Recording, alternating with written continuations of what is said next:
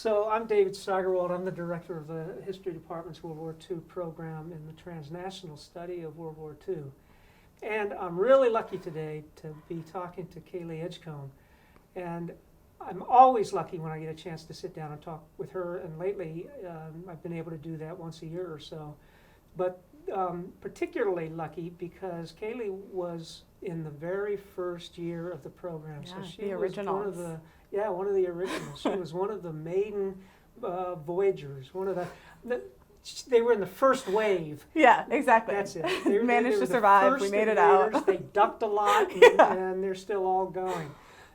But it's really unusual to have someone from that year, which is now 8 years, right? It's been a long time. Yeah, I know it doesn't seem like it, but it has been a long time. But I think that shows just how enduring the program is for people who've been on it. I'd like to think that anyway. Absolutely. I still talk about it all the time, like it happened 2 years ago, even though it's been a little bit longer than that. It happened 1 year ago. Yeah, it was just last year that I did it. Yeah. Yeah, it's hard to imagine that it's been that many years. And I know from Professor Mansour that you all still have your Facebook group. We do. We've stayed in touch really well. Yeah. Well, we'll have to keep doing that when the big life things come along. Absolutely. And you guys can participate in one another's adulthoods all the way down. Yeah.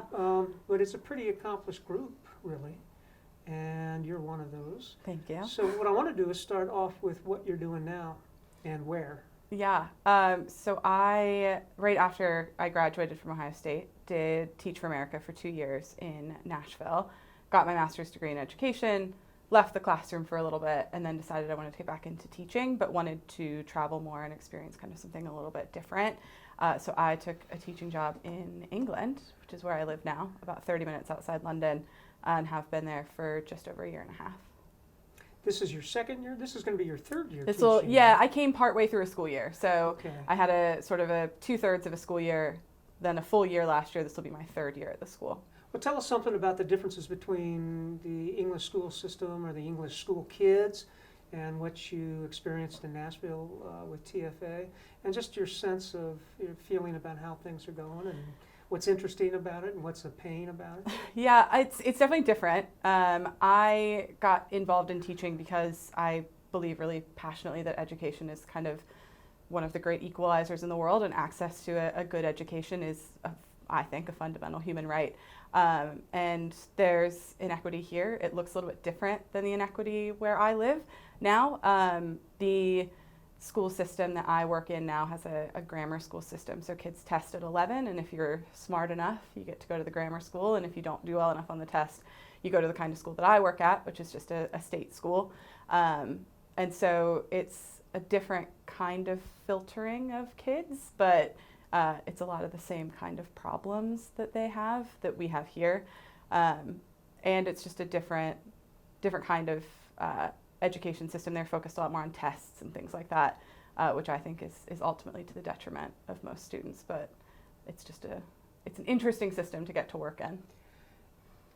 Does you being a U.S. citizen figure into this at all? Do they give you particularly hard times, or do they look at you with some kind of awe because you have a funny accent? They do make fun of my accent quite a bit. When I say things that are different, they will repeat them back to me in the same accent, or what they think is the same accent, which is often not. I made the mistake of calling a football a soccer ball in class once. We lost like 20 minutes of class time because they were in hysterics. But they generally are really curious. They've got a lot of questions about the U.S. and how is it different to what they see in TV and movies, and what's the same. And I get asked if I have a gun at home every other day just because they're curious about it. Yeah, I was like, it's a requirement. But they're very curious, I think, more than anything, especially given the sort of political climate right now. So what are we talking about, 13-year-olds, 14-year-olds? I teach 12-year-olds up to 16, 17. Oh, even older kids. Yeah, I've got a really big sort of breadth of students that I work with. Well, let's go all the way back to, oh man, that was so long ago. You're making me feel old. Yeah. And maybe you can explain why you were interested in jumping into this new program that you'd heard about. Yeah, so I've always been really interested in history just generally. Were you a major? I was, Okay. yeah, I was a double major, so it was one of them, and it was one of those things where I didn't really think I'd ever go into a career in it. I just really liked it and wanted to study it more. And so I had seen, advertisements about the trip and things on the history department's website, and had looked into it a little bit. And for me, I was looking for something that was going to give me the length of time to really kind of dig into the study abroad and where we were going, and the academic coursework on the front end kind of gave me that opportunity without having to spend an entire semester abroad, which just wasn't going to fit with my sort of academic and financial needs at the time. So this one was kind of the perfect balance of both of those things, and getting to work really closely with the professors that then went with us on the trip was an incredible opportunity. I mean, you don't get the opportunity to stand with renowned historians in the spot that they're talking about and have them talk to you about it. Like, it just doesn't happen. Yeah. So it was a really cool opportunity, both from an interest standpoint and from a, practical, this kind of fits in with what I need it to be right now. It's really kind of amazing, isn't it, when you get a chance to be on scene. Absolutely. When you've read a lot about it, you know a lot, you know what happened there, so you don't have to go through the minutia of things. You're just there, and you can have a really high-level discussion of, why that happened here in that way, and why this happened there in that way. And there's really kind of nothing like it. It's the greatest classroom, isn't it? Yeah, and you can really jump right in and say, oh, this thing that we've spent weeks talking about and really getting into the details, this is why. Because now you're standing here and you can look and see, oh, we're on this beach, and I know what happened here, and I can see, oh, that's why it was so hard for them, because you're looking up at these, cliffs and thinking, how did anyone make it out alive? And it's really cool to be able to be there and experience that in person. Describing it that way makes us think, of course, of Omaha Beach, right? Absolutely. That must be what's on your mind. Were there any other places, do you remember, that had that same kind of feel?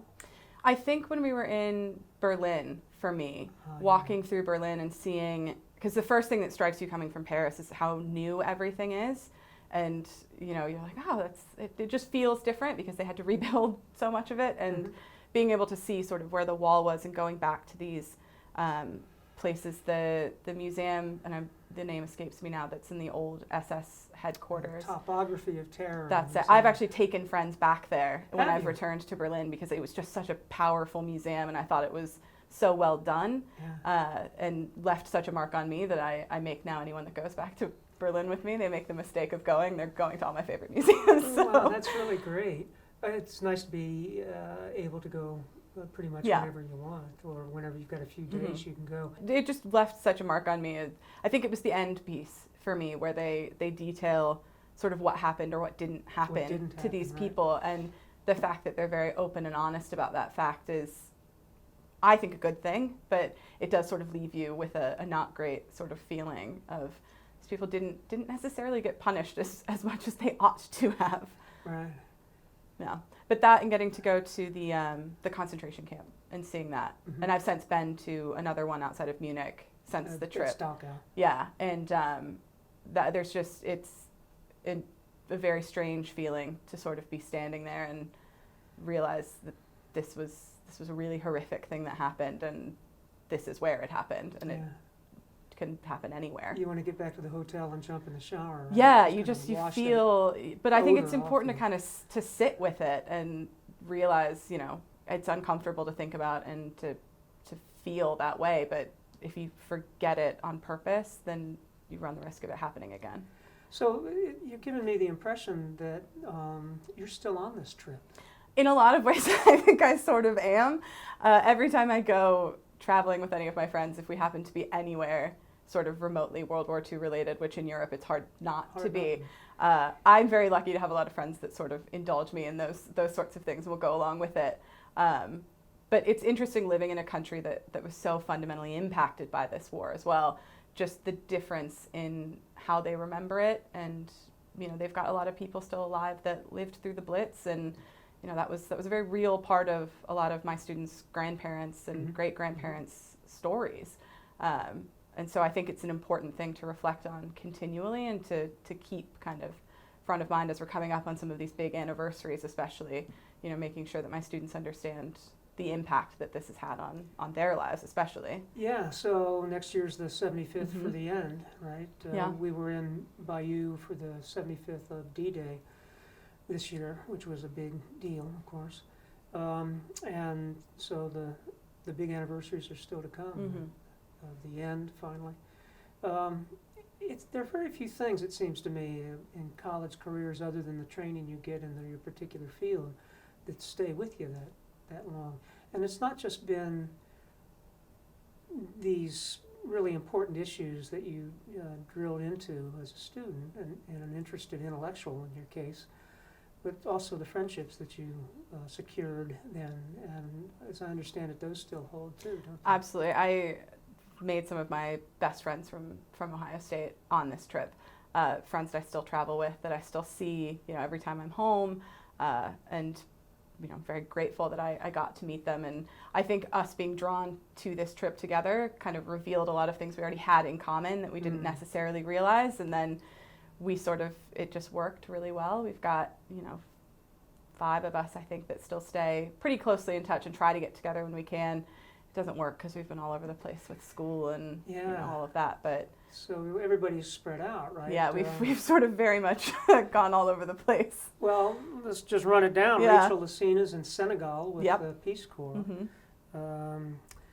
Hannah is a lawyer in Washington, D.C. Yeah. Who else have we got? Katie's in Washington, D.C. working for the State Department. She's now an official State Department Yeah. person. And Carly's in Philadelphia. Working for the DA, public, the I district think, attorney's yeah. office. Yeah. So Well, the other thing about the fiverate, you can't call yourselves the tripod, right? no, So, yeah, we can't. We've got too many of us for Well, it just shows you the talent that was in that group. that. Yeah. And the real adventuresomeness of you all, which was a really great thing I think we nurtured it a little bit. You right? definitely did. Yeah, we were encouraged to kind of, be adventurous and ask those questions and go see the stuff that we wanted to see.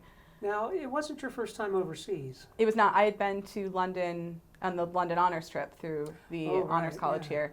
But your family had traveled a little bit, hadn't you? Not really. We'd been to Jamaica in an Oh, all-inclusive resort, which I just Those don't don't count. that doesn't count. But that was the first extended trip abroad that I'd ever taken. My mom didn't travel much. She had got married pretty young, and so it was always something she kind of encouraged me to do because it was always something I was really interested in. And so this kind of gave, I think, my family the peace of mind of, okay, well, she's not going by herself. She's not going to get lost and end up, I don't know, in some German prison somewhere. I think they were nervous, but it gave them that security and also me the kind of space to go explore and see the things I wanted to see. Well, I'm going to tell you a story about yourself that Oh. sticks with me anyway. When I think about you and that trip, what I remember is we were on our way out to they call it the German-Russian Museum Yep. on the Far East Side. It's in a place called Karlhorst, which is about as far east as we take students. Still a part of the Berlin Metro, and you take the train out there. But it's a 3-train trip, right? Mhm. So you got to make changes. Now you only have to do 2 because they've upgraded the Ostkreuz, the East Station. But we didn't know where we were going because we had never really been there. And so Professor Mansour is trying to conjure up his best military map reading skills, and he was Yep. he got us going in the wrong direction. Let's blame him for that. Okay? Oh, he's going to love that you're telling this story, by the way. And what I remember is looking at you, and you just kind of dart away from the group, and you walk to the board, and you're looking at the map, and you're studying it, and we're all panicked and pretty sure we're going to have to, call emergency relief or something like call in the infantry, and you just turn around and came right back, and you said to us, "I know where we're going." And so we got on the train, and we went exactly where you told us to go. Yeah. And I always, I took that as a real good lesson that if there's any question where you're going, follow Kayleigh. I'm weirdly good with maps. Yeah. which I blame fully on my dad, who used to take us out on we would go fishing on the boat, and he would hand my brother and I a map and say, get us home. Well, the marvel is Yeah. that you were better than the colonel of the Which army. I Right? do So still, I claim bragging rights on that, I think- because I think it's totally a pretty think you impressive deserve thing. it. Yeah. I think you took. If we needed to call in the artillery, you'd have been. It would have right been on me spot. leading the way. We Yeah. would have put you out there. Yeah. That's really a funny story, but a good one. And it's just it's a delight to be around you.